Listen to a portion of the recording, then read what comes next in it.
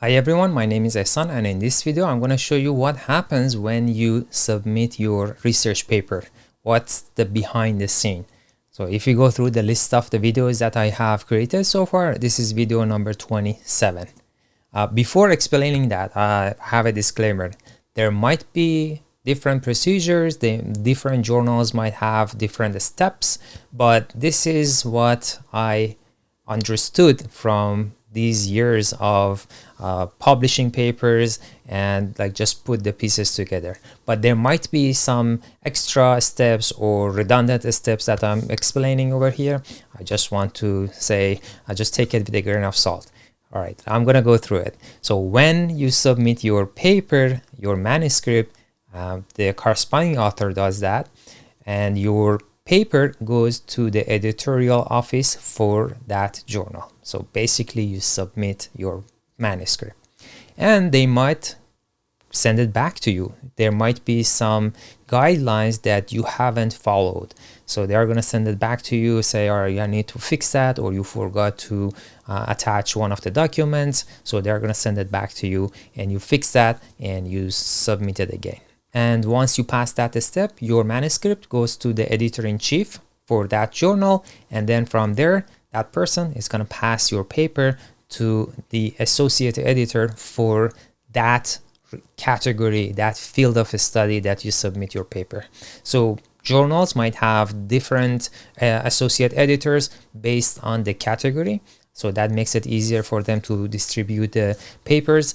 And from here, this is the first hard stop that most of the journals have. And here the editor will read your cover letter and decide whether it pass your paper to the reviewers or reject your paper. So most of the time, I would say around 50% of the papers will reject from this step. And if you pass from here and you got rejected, they might also have an option to resubmit. So they might send it back to you and say you need to fix these and then resubmit. It's rare, but it happens. Most of the time, they either give you a rejection or they are going to pass it to usually 3 reviewers. There might be less or more depending on the journal, but what I have seen is most of the time is 3 reviewers. And from there, they are going to collect those feedbacks, the comments that the reviewers give on your paper, and send it back to the same editor. From here, the editor will look at the comments and either decide to reject your paper or even pass it to the more reviewers. There might be a 4th reviewer over here. So the editor will decide based on the comments, and if it's needed, he or she is going to do it and then collect more comments. And from here, usually 10% of the papers gets rejected. And if you pass this step, your manuscript goes to the editorial meeting. And then from here, usually 20% of the papers gets rejected and less than 1% gets accepted. And then there is another option. They might accept your paper, but they might give you some revision. So you need to do some revisions, and it might be a minor or major revisions. So I would say maybe 15% is a revise, so it's a major revision, or very small tweaks that you need to do. And then you have to reply to those comments. In the next video, I'm going to explain how to do that.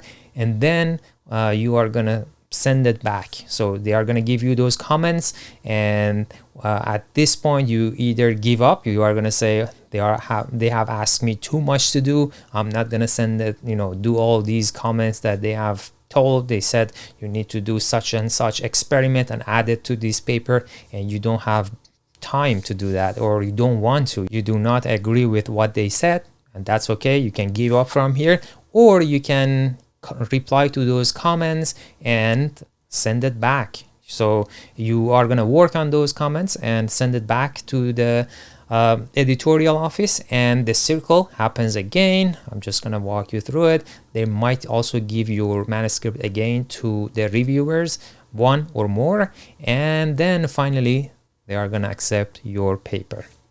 So this is the life cycle of a manuscript when you submit it. But why the manuscripts are getting rejected from all these steps that I just explained.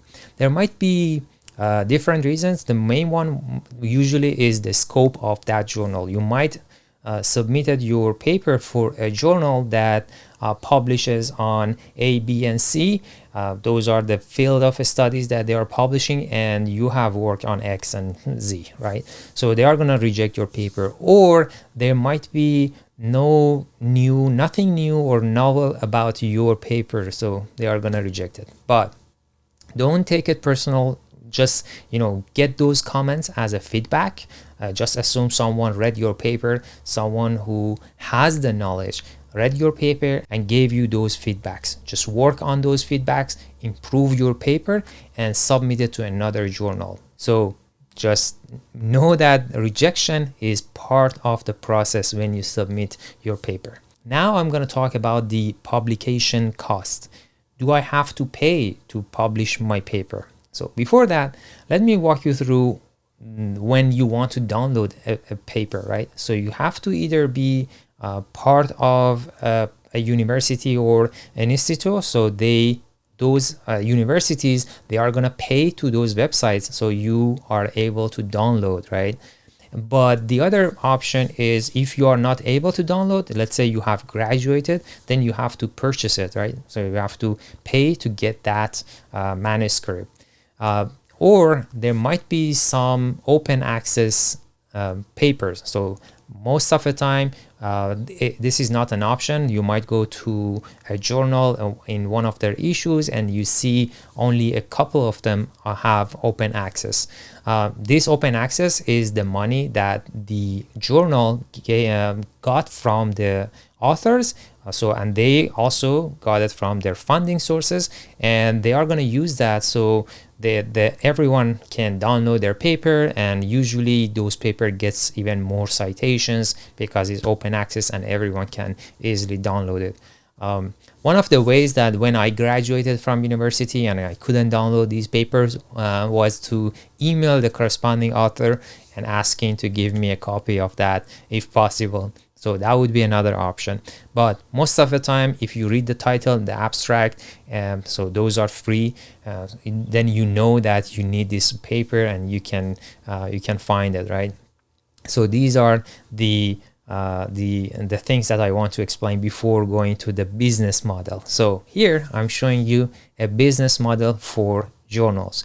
Everything that the editorial office, the editors of that journal, the reviewers, and you have done are free. So you do all these works for free, and then when you submit your paper, they ask you for money to either be open access, which makes sense. If they give you the option, then that's fine. But if it's mandatory, if they say you have to pay this money so we can pass it to the editor for the process, then if it's mandatory, I personally I'm not going to publish my paper in that journal. So they have to give me the option. The option should be, do you want your paper to be open access or not? I usually, when I see that, that's like a red flag for me. If there is a mandatory fee or any fee associated with publications, that I cannot say no to it. So just keep that in mind.